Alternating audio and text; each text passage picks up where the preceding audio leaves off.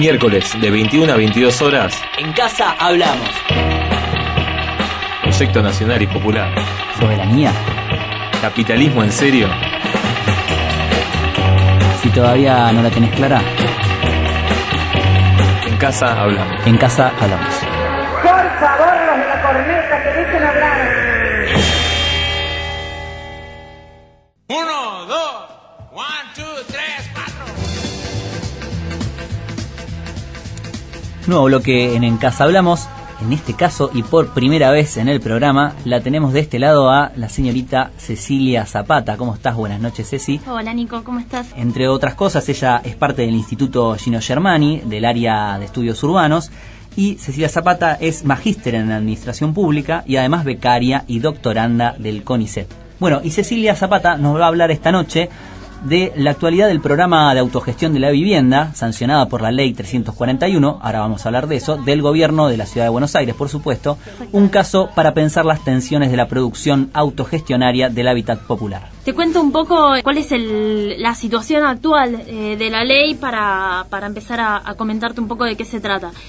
Actualmente hay un colectivo de organizaciones sociales, de cooperativas de vivienda muy fuerte en la ciudad de Buenos Aires que están en un plan de lucha por la ley 341. Básicamente, la ley 341, que es el origen del programa de autogestión para la vivienda implementado por el Instituto de Vivienda de la Ciudad de Buenos Aires, del gobierno de la Ciudad de Buenos Aires, es un programa que financia la construcción de vivienda nueva y la rehabilitación de inmuebles, el reciclaje de inmuebles en la Ciudad de Buenos Aires, pero tiene la particularidad que financia la compra de terreno en la Ciudad de Buenos Aires, la construcción de la obra o la rehabilitación del edificio que se compra y el pago de honorarios a un equipo interdisciplinario de profesionales, abogados, sociólogos, contadores, arquitectos que acompañan a las cooperativas de vivienda que afrontan el proceso autogestionario de construir su propia vivienda en la Ciudad de Buenos Aires.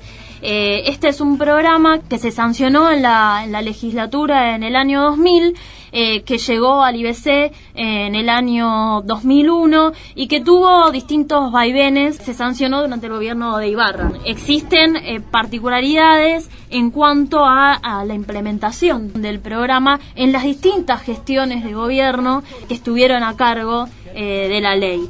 Básicamente porque si bien en un principio la gestión de gobierno se podría decir que fue impulsora de la ley, porque justo esa gestión fue la que estaba en la legislatura y cuando luego puso un pie en el Instituto de la Vivienda, que en aquel momento era la Comisión de Vivienda, llevó el programa al instituto, digamos a la pata ejecutiva del gobierno de la ciudad y empezó a implementar el programa. No todas las gestiones de gobierno que siguieron mantuvieron la misma postura frente al programa. Es un programa que tiene sus particularidades dentro de la tradicional modalidad de implementación de política habitacional del Instituto de la Vivienda, porque se maneja de distinta manera que las tradicionales licitaciones de empresas constructoras. Por lo general, las cooperativas de vivienda terciarizan sus obras con cooperativas de trabajo o con pequeñas empresas constructoras muy lejanas de las grandes empresas constructoras con las que tradicionalmente trabaja el Instituto de la Vivienda, y ha mostrado la debilidad de la tradicional política habitacional implementada por el gobierno. Básicamente porque hoy por hoy existen en la ciudad de Buenos Aires más de 576 viviendas terminadas en la ciudad que muestran una propuesta distinta de vivienda social. Si bien no es significativo el impacto, son interesantes los ejemplos. Ha tenido un impacto cuantitativo, sí, reducido, porque bueno, la ciudad de Buenos Aires tiene un déficit habitacional significativo. 600.000 personas en la ciudad de Buenos Aires tienen problema de vivienda. 600.000 de a 3 millones de personas viven casi acá. 4 millones de personas, o sea... Es un número muy grande. Estas 576 viviendas que ya están terminadas han demostrado que se puede construir otro tipo de vivienda para los sectores populares en la ciudad, donde los recursos implementados, los recursos del Estado son eficientizados mediante los gastos que hacen los cooperativistas, básicamente porque son los cooperativistas los que salen al mercado a comprar los materiales de construcción, con lo cual buscan mejores precios. También existen diferencias cualitativas muy importantes en cuanto a la calidad de las viviendas, en cuanto a los materiales, en cuanto a la localización, porque son los propios cooperativistas los que salieron a buscar terrenos en la ciudad de Buenos Aires y han roto el tradicional patrón de ubicación de la vivienda social, que es en la zona sur de la ciudad de Buenos Aires. La mayoría de las cooperativas de vivienda se localizan en el centro de la ciudad y uno de los casos terminados, por ejemplo, se ubica en Palermo, Hollywood. Ah, mira vos. Con lo cual mantienen la trama urbana. Son respuestas que da el Estado al déficit habitacional que no rompen con la trama urbana, no responden a ese patrón de segregación social y urbana tradicional de la política habitacional. Claro, esto, digamos, es un signo positivo para los que viven ahí, porque claro, se sienten parte del resto del entorno. Son totalmente incluidos en la ciudad. Tenemos un ejemplo muy cercano que sí es del sur. Nosotros en general no hacemos un anclaje en que estamos en Parque Patricios. ¿Qué relación tiene con esta ley 341? Bueno, el complejo Monteagudo, donde está asentado esta radio, es uno de los casos emblemáticos de la ley 341, pero que no es el caso típico de la ley 341. La ley 341, por lo general, de las 110 cooperativas de vivienda de la ley, la mayoría tienen un promedio entre 10, 15, 20 viviendas cada cooperativa. El complejo Monteagudo tiene 317 viviendas, más o menos, con lo cual no es un caso típico. Tampoco son un caso típico cooperativas que se enmarquen en organizaciones sociales más amplias, como el MTL, como el MOI, como el Comedor Los Pibes. La mayoría de las cooperativas que se enmarcan en la ley 341 son cooperativas que yo llamo independientes, sueltas, no sé bien cómo llamarlas, pero que no tienen ningún tipo de afiliación o de seguimiento de alguna organización social más amplia. Claro, es decir, son, si se quiere, los vecinos o las personas con esa necesidad específica de vivienda que se autoorganizan independientemente de una estructura política que tenga otros objetivos. Sí, muchas de las cooperativas nacieron en la crisis de 2001 y analizar los nombres de las cooperativas es muy interesante porque casi todas responden a las asambleas barriales que se hacían en las plazas en la crisis de 2001. Bueno, de esas plazas, de esas asambleas nacieron muchas de estas cooperativas de vivienda. También hay un grupo importante de cooperativas que forman parte de este programa que vienen de todo ese proceso de desalojo de hoteles que se dio a principios de 2000, que desató la crisis habitacional de aquellos años, ¿sí? Que fue un antecedente de lo que fue el Indoamericano 10 años más tarde, que bueno, básicamente necesitaban resolver su problema habitacional de manera urgente, se organizaron en cooperativas de vivienda, justo coincidió con que el Instituto de la Vivienda apareció este grupo que impulsor de la ley y bueno, se nuclearon dentro del programa.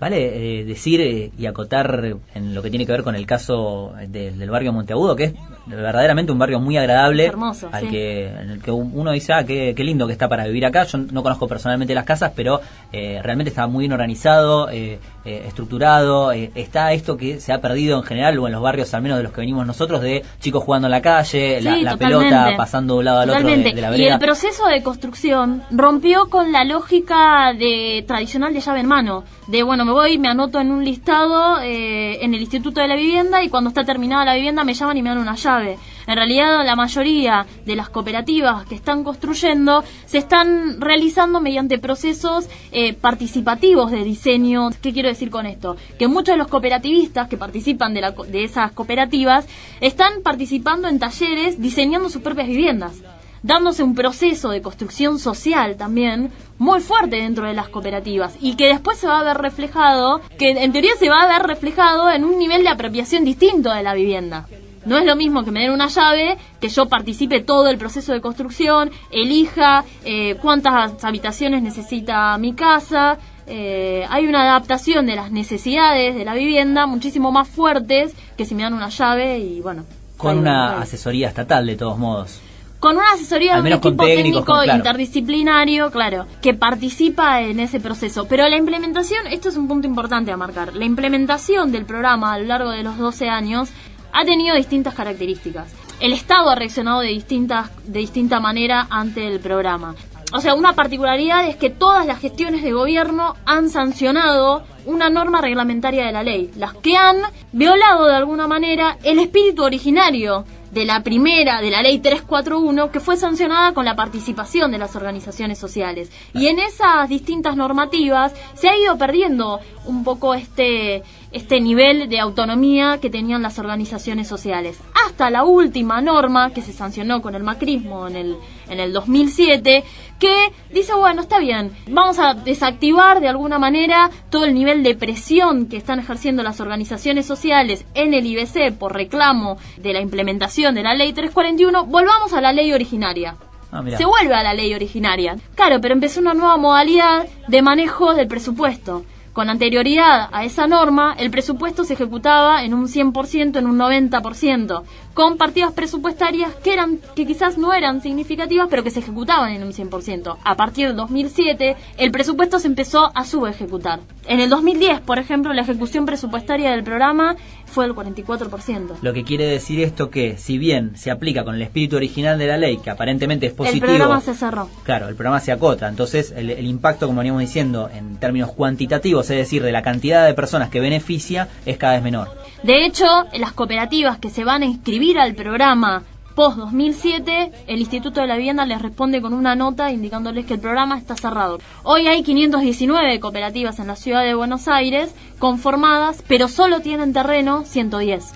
Quería preguntarte, para ir cerrando la columna, que hay muchas organizaciones que tienen políticas activas de vivienda. ¿Cómo es que ven este programa y si lo apoyan o de qué manera lo apoyan? Bueno, todas esas organizaciones que están vinculadas al problema habitacional de la ciudad de Buenos Aires han sido las que participaron en aquellos talleres por el año 2000 en el que sancionaron la ley.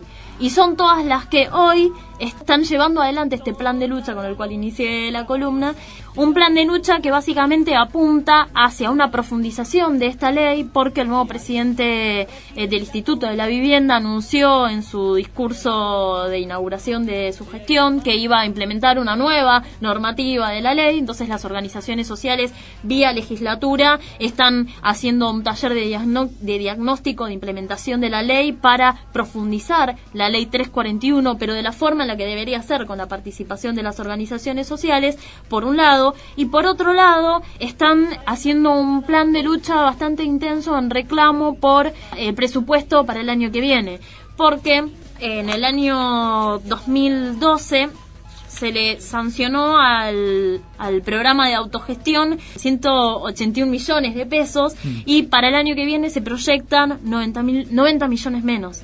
O sea, un presupuesto de 91 millones. Claramente un recorte del 50% terrible del presupuesto para generar viviendas, cuando es más que delicada la situación, donde hay un reclamo más que claro de viviendas en la ciudad de Buenos Aires. Pero y además de esto, si uno analiza toda la cartera de programas ofrecidos por el Instituto de la Vivienda, el único que apunta hacia los sectores populares es la ley 341. Luego hay programas para los sectores populares, pero que son subsidios por desalojo, pero que no resuelve el problema estructural de la vivienda.